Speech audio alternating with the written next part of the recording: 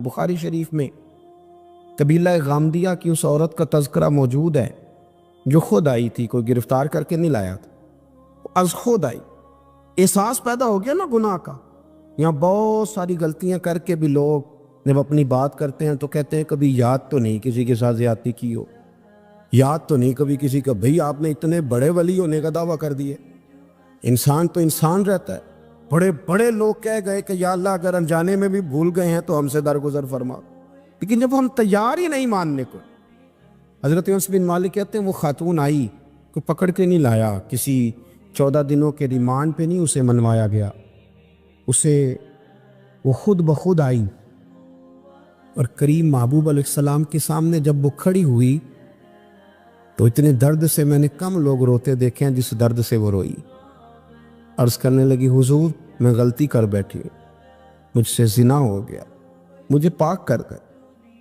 تو محبوب کریم علیہ السلام نے فرمایا تو کیسے ثابت کرے گی تو نے گناہ کیا؟ یعنی مجرم کو ثابت کرنا پڑ رہا ہے کہ میں گناہ گار۔ یہ وہ کمال ہے کہ انسانوں کو احساس ہونے لگے کہ یہاں ہم غلط ہیں۔ جب اعتراف جرم ہوتا ہے، جب بیماری کی تشخیص ہوتی ہے تو پھر اس کا علاج بھی ہو جاتا ہے۔ حضرت انس بن مالک کہتے ہیں وہ عرض کرنے لگی حضور میرے پیٹ میں ناجائز بچہ ہے۔ حضور نے فرمایا جا جب بچہ پیدا ہو تو پھر آنا۔ وہ 8 ماہ کے بعد آئی تو اس کی گود میں پھول سا بچہ تھا۔ حضور نے فرمایا واپس جا، جب روٹی کھانے لگ جائے تو پھر آنا۔ وہ 2 سال 2.25 سال دودھ پلاتی رہی، پھر جب آئی تو بچے کے ہاتھ میں روٹی کا ٹکڑا تھا۔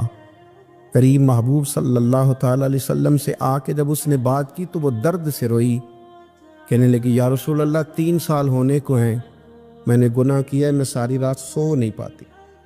حضور تڑپتی، اگر اس حال میں مر گئی تو اپنے رب کو کیا منہ دکھاؤں گا، مجھے پاک کر دے، میرے حال پہ رحم فرمائے۔ محبوب کریم صلی اللہ علیہ وسلم نے بچہ ایک صحابی کو دیا، فرمایا بچوں کی طرح پالنا، اور کہا اسے لے جاؤ، پتھر مار مار کے اسے سنسار کر دو۔ صحابہ کہتے ہیں اسے پتھر لگ رہے تھے اور حضور بے چینی کے ساتھ ٹہل رہے۔ آ کے خبر دی حضور وہ تو وصال کر گئے، انتقال ہو گیا۔ فرمایا یہاں تک تو بات اس کی تھی۔ حضرت انس بن مالک کہتے ہیں اب محبوب کریم نے صحابیات سے فرمایا اسے غسل دو، کفن پہناؤ، جنازہ تیار ہو جائے تو مجھے خبر کرنا۔ حضرت انس بن مالک کہتے ہیں غسل ہوا، کفن ہوا، جنازہ تیار ہوا تو حیران ہم تب ہوئے جب میرے محبوب نے فرمایا صفے بناؤ، میں خود جنازہ پڑھاؤں گا، میں خود جنازہ پڑھاؤں۔ اور سرکار نے جنازہ پڑھایا تو ایک شخص کی زبان سے نکلا حضور اس ملعون کا معاذ اللہ جنازہ جس نے ناجائز بچہ جنا، اس کے لیے آپ دعا کر رہے ہیں، جنازہ پڑھا۔ حضور فرمانے لگے خاموش ہو جاؤ، تم نے گناہ دیکھا ہے، اس کا احساس نہیں دیکھا، تم نے غلطی دیکھی ہے لیکن اس کی توبہ کا انداز نہیں دیکھا۔ اور صاحب کنز العمال نے یہ لفظ نقل کیے ہیں کہ کریم محبوب فرمانے لگے اس نے تو ایسی شاندار توبہ کی ہے کہ اگر میں اپنی ساری امت میں بانٹ دوں تو اللہ سب کی مغفرت فرما دے گا۔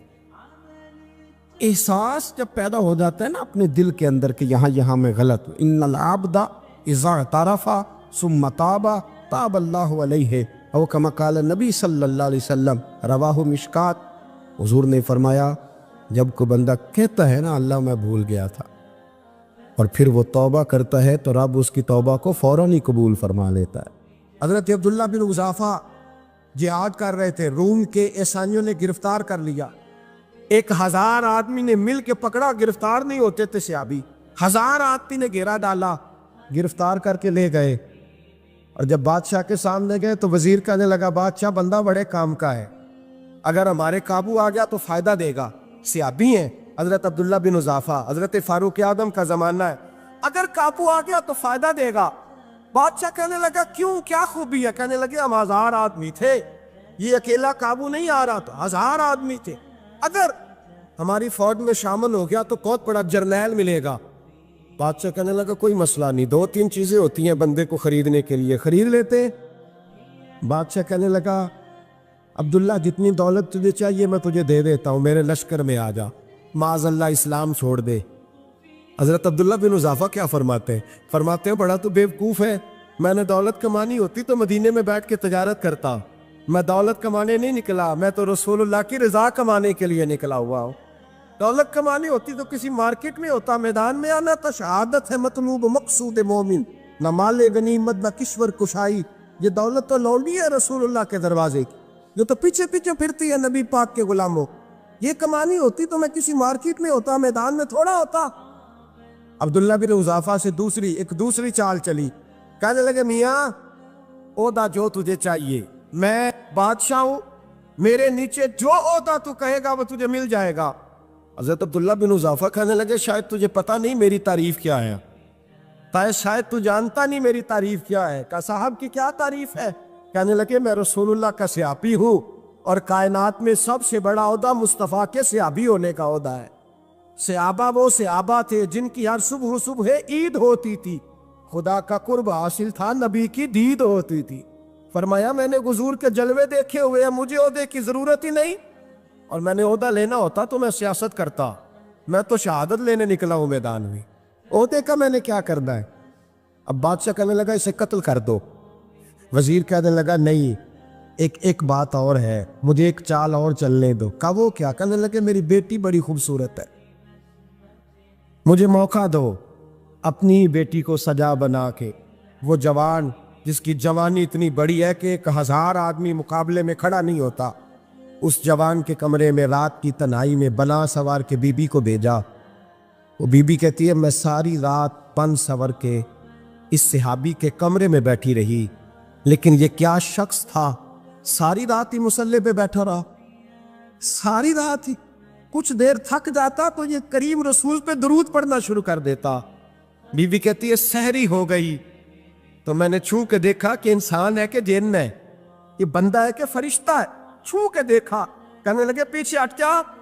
میں نے کہا میں نے تو سنا تھا تو 1000 کے مقابلے میں ہے، اور تو اتنا بے حس ہے کہ بنی صبری دلہن بیٹھی ہے، تو نے نظر نہیں کی؟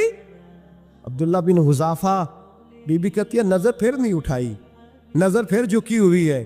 کہنے لگے بی بی میں مجبور ہوں، اب میرے اوپر کوئی حسن نہیں چلتا، میں نے جلوائے بدوہا کا دیدار کیا ہوا ہے، اب میری نگاہوں میں جچتا نہیں کوئی، اس لیے کہ جیسے میرے سرکار ہے ایسا نہیں کوئی، کبھی بھی اب نہیں کسی کا میرے اوپر جادو چلتا۔ میں نے مصطفیٰ کو اور کہا ذرا پیچھے ہٹ کے بیٹھ، مجھے میرے رسول نے غیر محرم سے بچنے کا حکم دیا ہے، ذرا پیچھے ہٹ کے بیٹھ۔ سحری کا وقت تھا تو بی بی کہتی ہے اس نوجوان کے جملے میرا سینہ چیر گئے، کلیجہ پھٹ گیا، چیخ نکلی، میں کفر کے عالم میں روئی۔ میں نے کہا مجھے بتا تو صحیح، آخر یہ جذبہ کہاں سے ملتا ہے؟ آخر یہ روشنی تو میں نے دیکھی نہیں، کہاں سے آتی ہے؟ ایک میرا باپ ہے جو بنا سور کے مجھے تیرے کمرے میں چھوڑ گیا، بتلا یہ کہاں سے کیف آتے ہیں؟ عبداللہ بن حذافہ کہنے لگے اگر کیف لینا ہے تو بھی میرے مصطفیٰ کا کلمہ پڑھ جا، آ جا دروازے رسول پہ جھک جا، مل جائے گا۔ سویرے دروازے پہ باپ آیا بیٹی سے رزلٹ لینے، دروازہ کھولا تو بیٹی نقاب پہنے باہر آئی۔ باپ کہنے لگا کیا بلا؟ کہنے لگی پیچھے ہٹا، تو غیر محرم ہے، کافر ہے، میں مسلمان ہوں۔ اس نے کہا کیا ہوا؟ کہنے لگی تیرے جیسے کو باپ کہوں، تیرے جیسے کو جو مجھے استعمال کر رہا تھا؟ میں تجھے باپ نہیں مانتی، میں اب رسول والی ہو گئی، میں حضرت فاطمہ کی کنیزہ ہو گئی، میں اب نبی کریم کی خادمہ ہوں، خبردار میرے قریب نہ آنا۔ یہ داؤ بھی ناکام ہوا۔ اب حضرت عبداللہ بن حذافہ کے سامنے موت کھڑی کی، ایک کڑا میں تیل گرم کیا، کہنے لگے تجھے اس میں جلایا جائے گا۔ حضرت عبداللہ بن حذافہ رضی اللہ تعالیٰ عنہ جب جلنے کے قریب ہوئے تو رونے لگے۔ روم کا بادشاہ کہنے لگا شاید ڈر گیا ہے، کہنے لگے اب سمجھ آئی ہے، اب تجھے پتہ چلا ہے، چلا آ جا۔ حضرت عبداللہ بن حذافہ کہنے لگے تو کافر ہے، تیری کافروں والی سوچ ہے، اس لیے نہیں رویا کہ موت سے ڈر گیا ہوں، میں تو اس لیے رویا ہوں کہ ایک جان ہے وہ نبی پاک پہ قربان ہو رہی ہے، کاش رب مجھے 1000 جان دیتا، میں ساری مصطفیٰ پہ قربان کر دیتا۔ ایک سنار نے گلی میں یتیم چھوٹے سے بچے کو گھومتے دیکھا تو سنار بے اولاد تھا، بچے کو اٹھا کے گھر لے آیا، 18 سال اس بچے کی پرورش کی، اس کو پالا پوسا، جوان کیا۔ سنار کے پاس وہ دکان پہ چلا جاتا، وہ کئی دفعہ دکان پہ رہتا، کئی دفعہ گھر میں رہتا۔ ایک دفعہ وہ دکان پہ تھا، بچہ گھر تھا، 18 سال کا جوان، اس کی بیوی اکیلی تھی۔ وہ جس نے ماں بن کے پالا تھا اس نے اسی پہ حملہ کر دیا، اس کا بازو بری نیت سے تھاما۔ بیوی چیخی، تھوڑی دیر گزری تو وہ نوجوان پیروں میں بیٹھ گیا، کہنے لگا اماں پتہ نہیں مجھے کیا ہوا۔ شام کو سنار آیا، بیوی چیخنے لگی، چلانے لگی، کہنے لگی آج عجیب بات ہوئی، جس کو میں نے جگر کا خون دے دے کے پالا اسی نے گندی نظر ڈالی۔ سنار محب حیرت ہے، بیوی کا خیال تھا کہ لات اٹھائے گا، ڈنڈا اٹھائے گا، نوجوان کو مارے گا، لیکن وہ رونے لگ گیا۔ اس نے کہا آج اس نے میرا بازو تھاما ہے، جانے کیا کیا ہے۔ پریشان ہونے لگ گیا، سجدے میں گر گیا، کہا تو بتاتا کیوں نہیں؟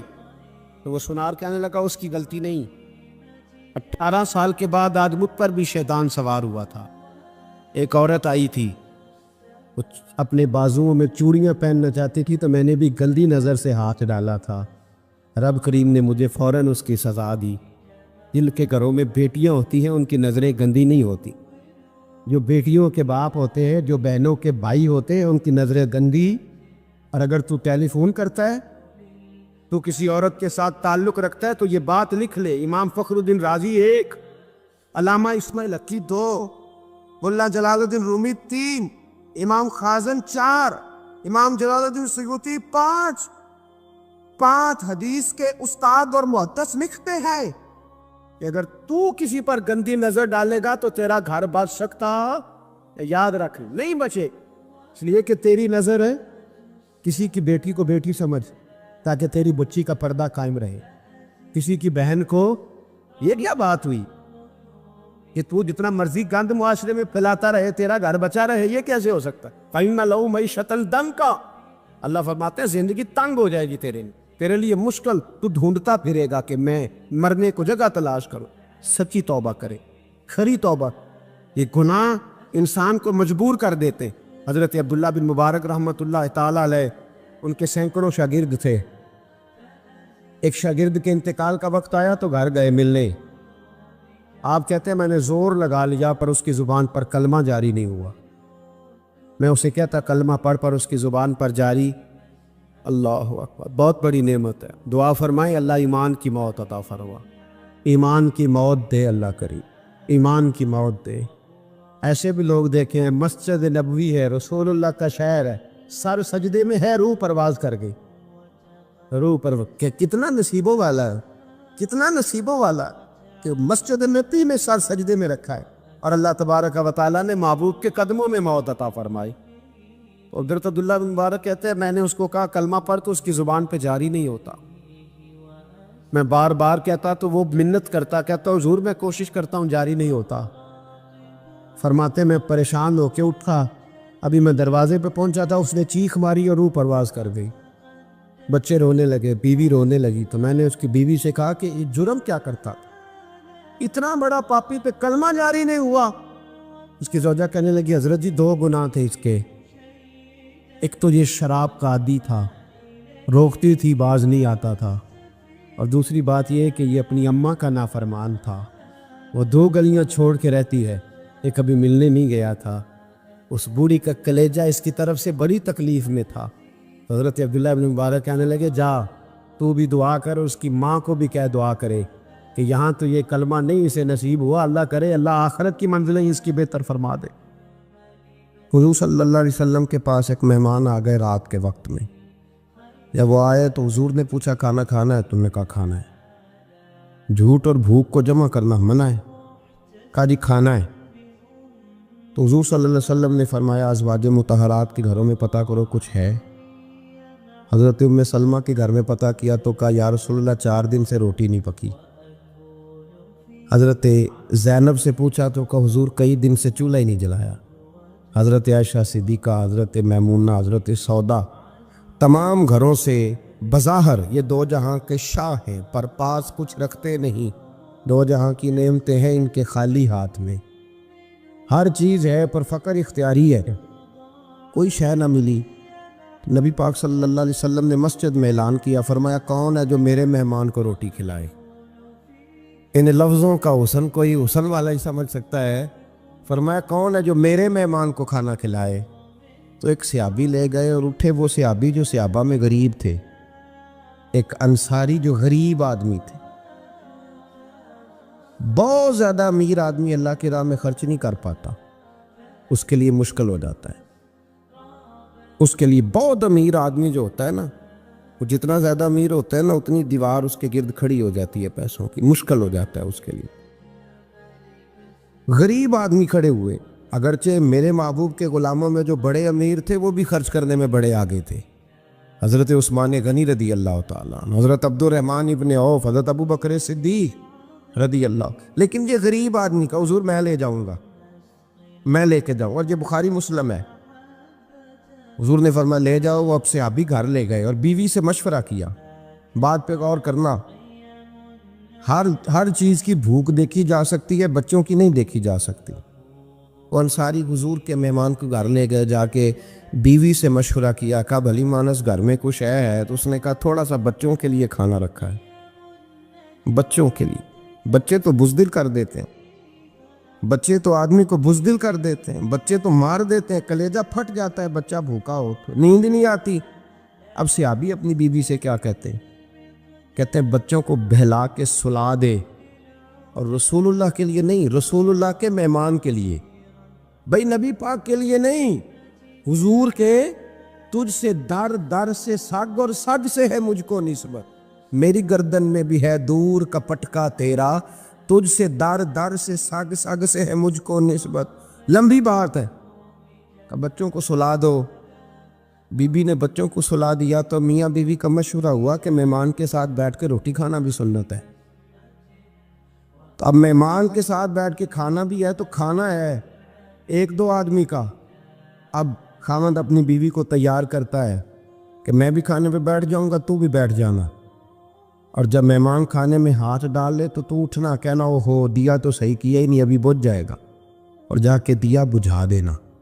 ہم ہاتھ ہلاتے رہیں گے، مہمان روٹی کھاتا رہے گا۔ اور یار اس درد کو، اس کیف کو سمجھو، گھر میں بچے بھی بھوکے، بچوں کی ماں بھی بھوکی، بچوں کا باپ بھی بھوکا، دسترخوان پہ روٹی لگ گئی، روٹیاں چون ڈالیں، بی بی اٹھی کہنے لگی او ہو چراغ تو صحیح کیا ہی نہیں، یہ تو بجھ جائے گا۔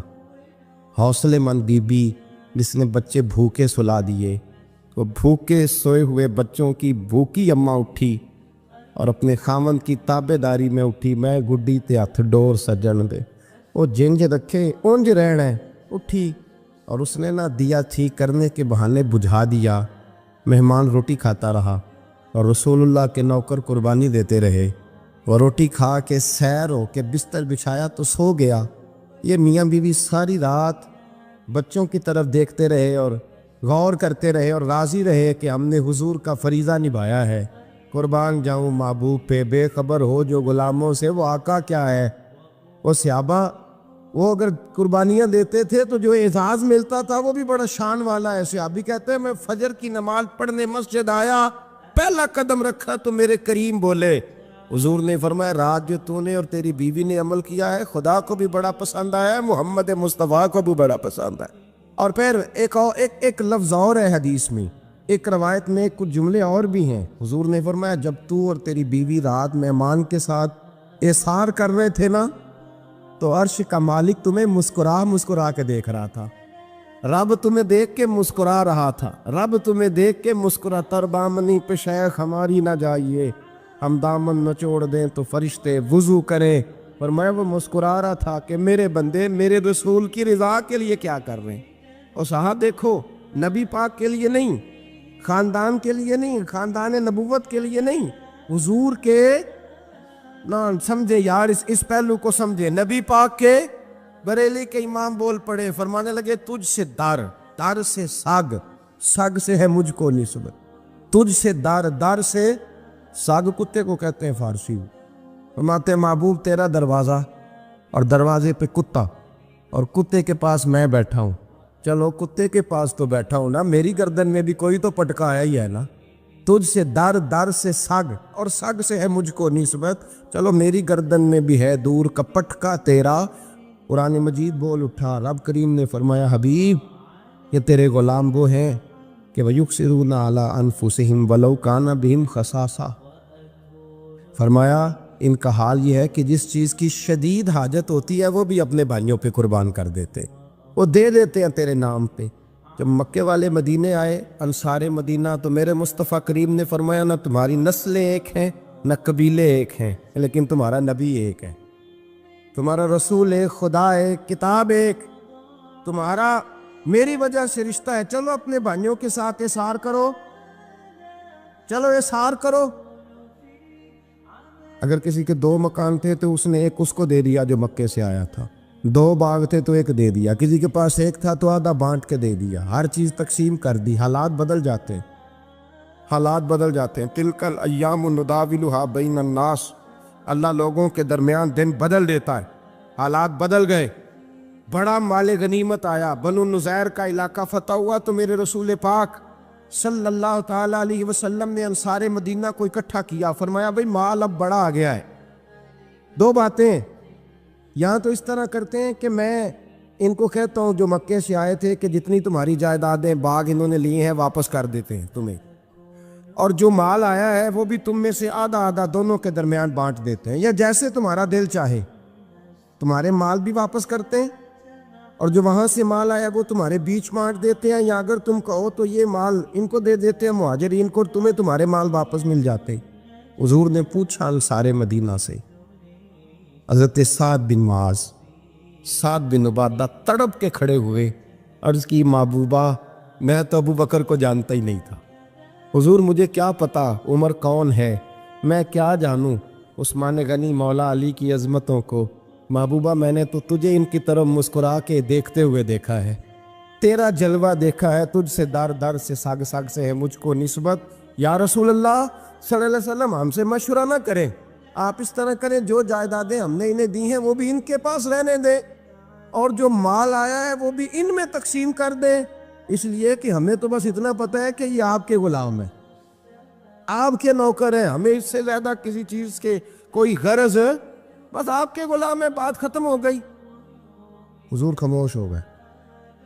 صحابہ کہتے ہیں دیر کے بعد ہم نے کہا فیصلہ ہونا چاہیے، فیصلہ پتہ کیا ہوا؟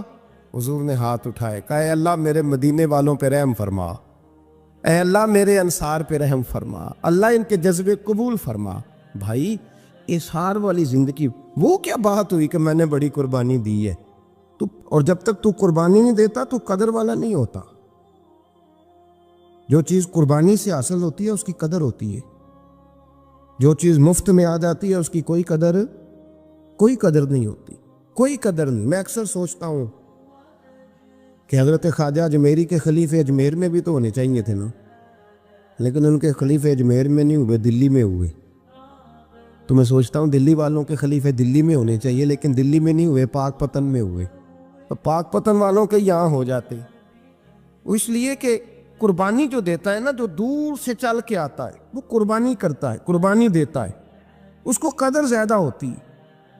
ہم نے کسی شے کے لیے کبھی قربانی نہیں دی، نہ دین کے لیے، نہ قرآن کے لیے، نہ مسجد کے لیے، نہ شیخ کے لیے، نہ طریقت کے لیے، قربانی تو ہے ہی نہیں۔ تو جو شے مفت ملتی ہے اس کا نہ مزہ آتا ہے نہ قدر ہوتی ہے۔ جو چیز قربانی کر کے لیتے ہو نا، قربانی کر کے، اس کی قدر ہوتی ہے۔ کسی لیے کہا تھا کسی درویش نے، اس نے کہا تھا قدر نبی دا ایک کی جانن دنیا دار کمینے، قدر نبی دا جانن والے سو گئے وچ مدینے۔ ان سے پوچھو نا، ان سے پوچھو ان حضرات کو کتنی قدر تھی۔ قربانی اپنی زندگی میں دینا سیکھیں۔ ایک ہوتی ہے بندے کی ذاتی خواہش، اس کو کچلنا بڑا مشکل ہوتا ہے۔ قربانی بڑی ضروری چیز کا نام ہے، اور جو قربانی دینا سیکھ جاتا ہے وہ بچ جاتا ہے۔ کتیا 6 بچے جنم دیتی ہے لیکن قربانی نہیں نہ دیتی بچوں کی، تو ریوڑ نہیں بنتے، اجڑ نہیں بنتے۔ بکری 2 بچے پیدا کرتی ہے اور سال کے بعد ہزاروں بچوں، لاکھوں بچوں کی قربانی دیتی ہے، پر پھر بھی جدھر جاؤ بکرے ہی بکرے نظر آتے ہیں۔ جو قربانی دینا سیکھ جاتا ہے نا، یزید نے کوئی قربانی نہیں دی، اس لیے کوئی شخص بھی کھڑا ہو کے نہیں کہتا، حالانکہ 14-15 بیٹے تھے یزید کے، کوئی بھی کھڑا ہو کے نہیں کہتا میں اس کی نسل میں سے ہوں۔ امام حسین نے ساری قربانی دے دی۔ ایک زین العابدین بچے تھے، پوری دنیا میں اللہ نے سید عطا فرمائے ہوئے ہیں۔ جو قربانی دینا سیکھ جاتا ہے وہ بچ جاتا ہے۔ ہم نا قربانی کیا، ہمارے پاس تو اضافی شے ہے وہی دینے کو تیار نہیں۔ جب آپ تیار ہی نہیں تو سودا ہی نہیں کر، آپ نکلے ہی نہیں میدان میں، تو حاصل کیسے ہو؟ حصول تو تب ہوگا نا جب آپ کوئی انویسٹمنٹ کریں گے. تو آپ انویسٹ ہی نہیں کر رہے تو بھائی آپ نے پودا ہی نہیں لگایا تو پھل کیسے ملے؟ قربانی نہیں دی تو وہ درجہ کیسے ملے؟ اس کے لیے تو قربانی ضروری ہے. اب تمام صحابہ کی زندگی پڑھ لیں، حضرت ابو بکر سے لے کر حضرت بلال تک، یہ سارے قربانی والے ہیں. آپ تمام اولیاء کی صفت پڑھ لیں، حضرت غوث اعظم، جیلانی، داتا علی اجویری، خواجہ معین الدین، یہ سب قربانی والے لوگ ہیں. قربانی دیتے رہے تو بچے ہوئے ہیں. ان کے جو ساتھ تھے وہ بھی قربانیوں والے تھے. قربانی حصہ ہے طریقت کا، قربانی ضروری ہے. اور ہمارے صوفیاء تو کہتے ہیں جس شخص نے تصوف میں آ کے قربانی نہیں دی. بزرگوں کے پاس ایک شخص آیا، غالباً خواجہ نظام الدین محبوب الہی کی بات ہے، میرے ذہن میں نام پورا نہیں سما رہا. تو ایک مرید نے آ کے کہا حضور زکوٰۃ کتنی دینی ہے؟ فرمایا 2.5%. تھوڑی دیر کے بعد حضرت نصیر الدین چراغ دہلوی آ گئے، کہا حضور اللہ کے راستے میں کتنے دینے ہیں؟ فرمایا 50%. ایک ساتھی قریب بیٹھا تھا، اس نے کہا پہلے کے لیے 2.5% کا فتویٰ تھا، اس کو کہہ دیا آدھے دے دے. چند منٹ گزرے تو حضرت امیر خسرو بھی آ گئے. کہا حضور زکوٰۃ کتنی دینی ہے؟ فرمایا جو ہے سارا ہی لے آ، تیری 100% ہے. تو وہ ساتھی جو قریب بیٹھے تھے اس نے کہا بابا فتوے علیحدہ علیحدہ ہیں. فرمایا فتویٰ ایک ہی ہے، بندے علیحدہ علیحدہ ہیں. فتویٰ ایک ہی ہے، مجھے پتہ ہے کون کتنے دے سکتا ہے. وہ جس کو میں نے 2.5% کہا ہے وہ بھی جا کے حساب کتاب کرے گا، اس نے 2.5 بھی پورا نہیں دینا. اور فرمایا جس امیر خسرو کو میں نے کہا نا سارا لے آ، اس کا دل کرے گا میں اپنا مکان بھی توڑ کے لے آؤں. میں نے فتویٰ ایک ہے، بندہ دیکھ کے بات کی ہے. بھائی قربانی نہیں ہے، اظہار ہی نہیں ہے، جذبہ ہی نہیں ہے، ہمارا مزاج ہی نہیں ہے. لیکن نا یہ اب ایک تو شریعت کی قربانی ہے نا یہ، تو اس پہ بھی لوگ بڑا سوچیں گے، اس پہ بھی لوگ بڑا سوچیں گے. فتوے پوچھتے پھریں گے کہ جی میرے اوپر تو ابھی میں نے تو 15,500 قرضہ دینا، دوں کہ نہ دوں، کون سی دوں؟ فتوے پوچھیں گے. دینے کی دفعہ فتوے پوچھیں گے اور لینے کی دفعہ چھٹی، جو آتا ہے آنے دو. کبھی لینے کی دفعہ بھی فتویٰ پوچھنا صاحب کہ یہ مجھے اتنا مال آ رہا، لے لوں کہ نہ لوں. وہ لے لیا، قابو کر لیا. جب دینے کی باری آئی تو فتویٰ احصار کرے. اور احصار صفت ہے مسلمان کی، یہ احصار کرنے لگتا ہے تو بچنے لگ جاتا ہے، اس کا فائدہ ہونے لگ جاتا ہے. قربانی دینے لگ جاتا ہے تو بچ جاتا ہے. کسی نے کہا تھا سن اے مسلمان، یہ نقطہ فیض قرآنی میں ہے، عظمت و اسلام اور مسلم صرف قربانی میں ہے. اگر تو جینا چاہتا ہے تو قربان ہو. حضرت سیدنا ابو بکر صدیق فرماتے ہیں میں حضور کے سامنے بیٹھا، ایک شخص آیا، اس نے آ کر کے کہا یا رسول اللہ صلی اللہ تعالی علیہ وآلہ وسلم، یہ میرے ہاتھ کے اندر خنجر ہے، میں قتل کر کے آیا ہوں. قاتل کھڑا ہوا. ایک طرف قرآن مجید کا حکم ہے کہ جس نے ایک آدمی کو قتل کیا پوری انسانیت کو قتل کیا. حضور یہ خنجر ہے، قتل کر کے آیا ہوں. میرے مصطفیٰ نے فرمایا کس کو قتل کیا؟ عرض کی حضور سگی بہن کو مارا ہے. سگی بہن تھی، میں نے قتل کر دی. میرے نبی پاک صلی اللہ علیہ وسلم نے فرمایا کیوں مارا؟ پیار نہیں تھا؟ کہا محبوبہ بہن سے کس کو پیار نہیں ہوتا، بڑا پیار تھا، پر مارا کیوں؟ تو صحابی رونے لگے، کہنے لگے محبوبہ میں بڑا پیار کرتا تھا، پر وہ کافرہ تھی، مشرکہ تھی، بڑا پیار کرتا تھا. جب بھی اس کے پاس جاتا وہ آپ کے بارے میں بات چھیڑ دیتی. میں اس کو کہتا سارا کچھ کر لے، میرے نبی کے بارے میں بات نہ کر دو. میں ہر شے سہ لیتا، پر مصطفیٰ کریم کی ذات کے بارے میں کوئی بات برداشت کرنے کی طاقت نہیں رکھتا. یہ والا جملہ نہ کہنا. میں اس کو روکتا، منع کرتا، وہ باز نہ آتی. کہتے ہیں آج اس نے اتنی سخت بات کی کہ میں اس کا گلا کاٹ آیا ہوں، قتل کر دیا ہے. حضور میرے لیے حکم کیا ہے؟ تو نبی پاک نے فرمایا جا، تیرے اوپر کوئی سزا نہیں، تو نے جو کیا ہے اچھا ہی کیا ہے، یہ اچھا کر ڈالا ہے جو تو نے کیا ہے. ایک صحابی نابینا تھے، آنکھوں سے نظر نہیں آتا تھا، رشتہ کوئی نہیں دیتا تھا، معذور آدمی تھے. نکاح ہوا، شادی ہوئی، 2 بیٹے دیے اللہ، گھر بس گیا، بیوی کپڑے دھو کے دیتی، خدمت کرتی، روٹی پکا کے دیتی، بچے بڑے حسین تھے. اور وہ صحابی خود فرماتے ہیں، نابینا صحابی کہتے ہیں موتیوں کی طرح کے میرے بچے، جو بھی آتا آ کے کہتا تیرے موتیوں کی طرح کے لال ہیں. لیکن آپ فرماتے ہیں ایک صبح اعلان ہو گیا، مدینے میں شور ہو گیا، کچھ نابینا صحابی کی بیوی قتل ہو گئی، کسی نے خنجر کے دبایا، مر گئی ہے. کہتے ہیں اس کے لواحقین اکٹھے ہوئے، در رسالت مآب پہ آئے، آگے کہنے لگے حضور ہمارا قاتل ڈھونڈ کے دیں، ہماری بیٹی کو کس نے مارا؟ میرے رسول پاک نے مجمع پہ نظر ڈالی، فرمایا بھائی مجھے کہنے کی ضرورت نہ پڑے، اگر قاتل موجود ہے تو خود اٹھ جائے۔ خود اٹھے۔ وہ نبینا صحابی بیچ میں سے اٹھ کے کھڑے ہو گئے، کہنے لگے سونیا قاتل کوئی باہر نہیں، میں خود قاتل ہوں، میں نے مارا ہے، میں قاتل ہوں، میں نے مارا ہے۔ مصطفیٰ کریم سید عالم صلی اللہ علیہ وسلم نے فرمایا تجھے تو اس کی بڑی ضرورت تھی، بڑی حاجت تھی، تیری بیوی تھی، تیرا گھر سنبھالتی تھی، تیرے بچے تھے۔ صحابی عرض کرنے لگے حضور سارا کچھ ٹھیک تھا پر وہ آپ کی بے ادب تھی حضور، اس کے آنے سے میرا گھر بس گیا، روٹی پکنے لگی، کپڑے ملنے لگے، اولاد ہونے لگی، میں دنیا پہ آ گیا، لیکن محبوبہ میں نے وہ سکھ کیا کرنے ہیں جو تیری بے ادبی پر تعمیر کیے جائیں۔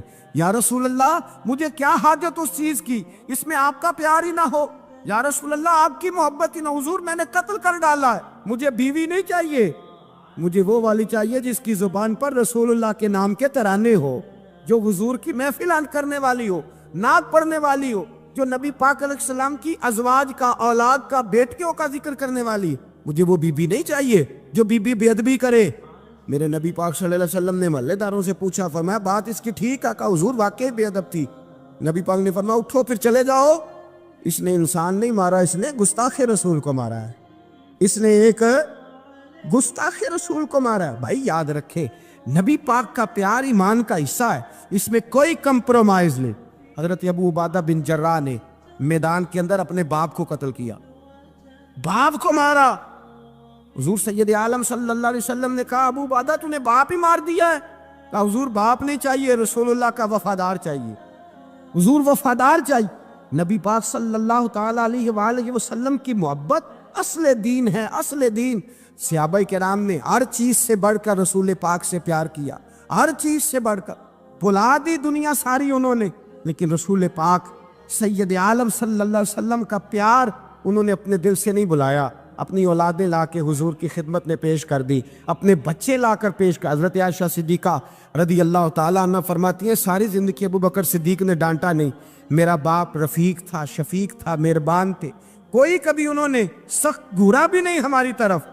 لیکن کہتے ہیں ایک دن میں حضور کے ساتھ گفتگو کر رہی تھی، بچی تھی، میری آواز ذرا بلند ہوئی تو کہتے ہیں جناب ابو بکر صدیق رضی اللہ تعالیٰ عنہ باہر سے دوڑے آئے، اندر آئے، حضرت ابو بکر نے تھپڑ اٹھایا، میرے منہ پہ مارنے لگے، حضور آگے بڑھے، بچایا۔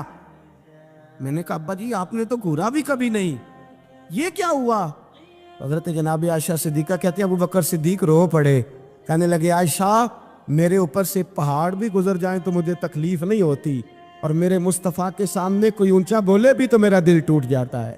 خبردار، حضور سید عالم، حضرت عمر کا زمانہ تھا، کچھ لوگ آئے کہیں اور کے رہنے والے، مسجد نبی میں اونچی آواز میں بولنے لگے، اونچی آواز میں باتیں کرنے لگے۔ حضرت عمر نے بلایا، فرمایا ادھر آؤ، کون ہو، کہاں سے آئے ہو؟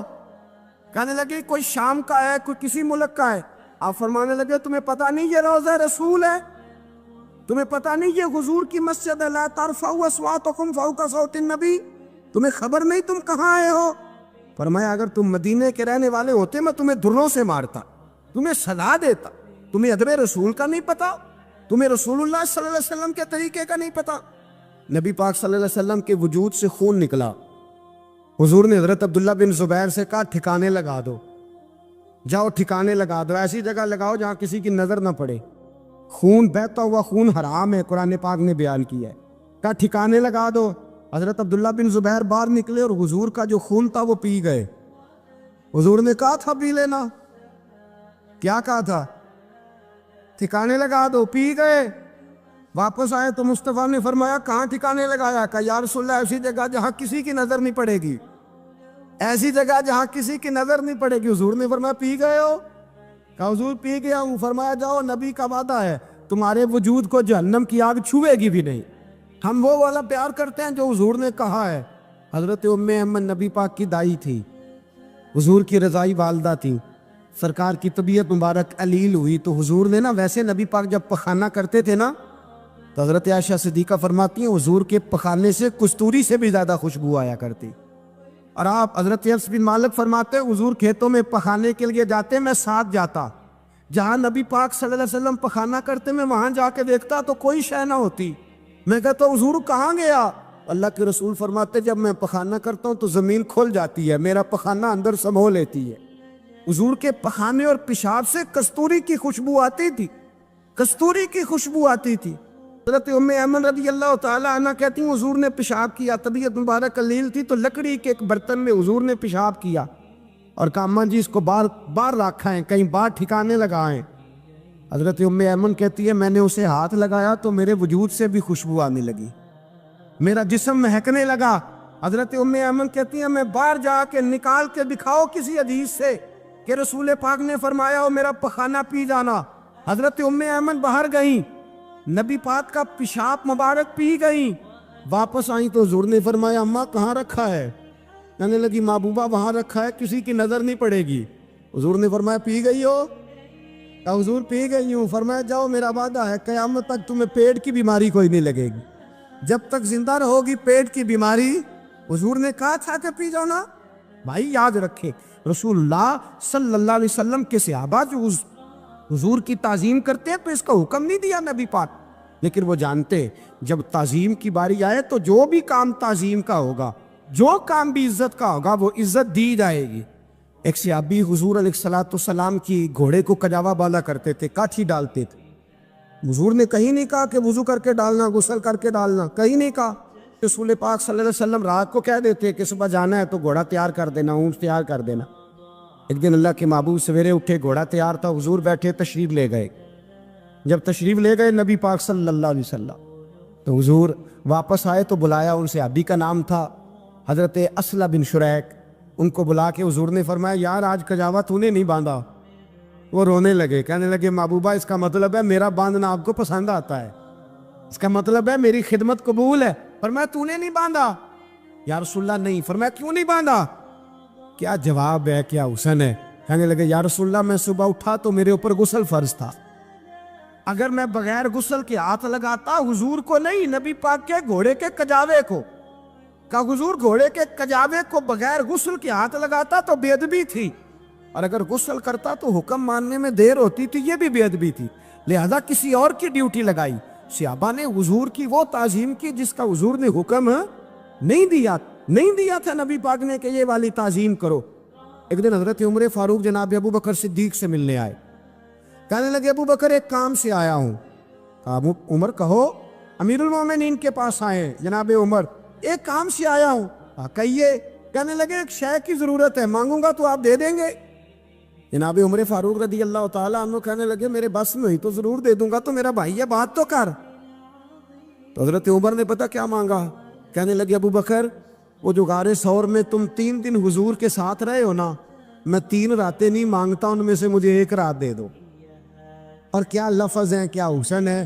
کہنے لگے عمر کی زندگی کی ساری نیکیاں لے لو، 3 راتوں میں سے 1 رات مجھے دے دو، 1 رات مجھے دے دو۔ حضرت ابو بکر صدیق رضی اللہ تعالیٰ عنہ رو پڑے، کہنے لگے میں نے کہا تھا جو بس میں ہوگا دوں گا، یہ تو میرے مصطفیٰ کی محبت ہے، یہ کسی کو دینا میرے بس کی بات ہے، یہ حضور کا پیار ہے جو میں نے سنبھال کے رکھا ہوا ہے، سنبھال کے پھر کے گلی گلی تباہ ٹھوکریں سب کی کھائے کیوں، دل کو جو عقل دے خدا تو تیری گلی سے جائے کیوں، جان ہے عشق مصطفیٰ روز فضو کرے خدا، ارے جس کو ہو درد کا مزہ وہ ناز دوا اٹھائے کیوں، اب تو نہ روک ہے غنی عادت سگ بگڑ گئی، پہلے ہی دن میرے کریم لقمہ تر کھلائے کیوں۔